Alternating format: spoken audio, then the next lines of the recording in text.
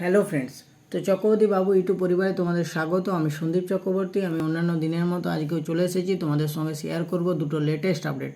যার প্রথমটাই হলো না আমাদের সাউথের সুপারস্টার রামচরণ, তার আপকামিং মুভি হলো গেম চেঞ্জার।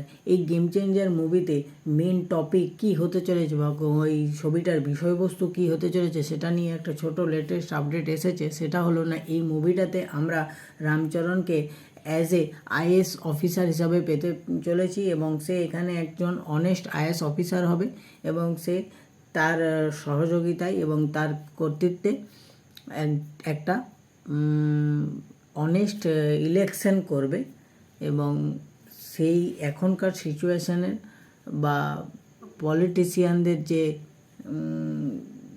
রাজনীতি বা নোংরামি বা কূটনৈতিক যে বিষয়গুলো সেগুলো আমাদের মধ্যে দিয়ে তুলে ধরার চেষ্টা করা হবে এই সিনেমাটার মধ্যে দিয়ে।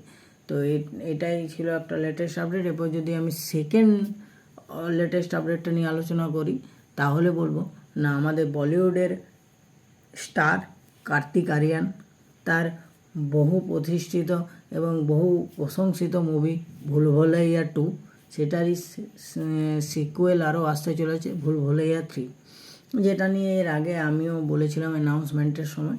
তো এবারে যে বিষয়টা লেটেস্ট আপডেটটা এসেছে সেটা হলো না এখানে আমরা একটা আইটেম সঙ্গে কার্তিক আরিয়ানকে তো পাবোই, তার সাথে সাথে আমরা পুরনো ভুল ভুলাইয়ার মানুষকে পেতে চলেছি, সেটা হলো আমাদের বিদ্যা বালান। তো বিদ্যা বালান এখানে কার্তিক আরিয়ানের সঙ্গে ডান্স পারফরমেন্স করবে এবং এখানে 1000টা ব্যাকগ্রাউন্ড ডান্সার ইউজ করা হবে এবং যতদূর সম্ভব আপডেট সেটা হলো এই ডান্স পারফরমেন্সটা বা আইটেম ডান্সটাতে এই সিনেমাটাতে কার্তিক আরিয়ানের ইন্ট্রোডাকশানটা এর থ্রু দিয়েই দেখানো হবে।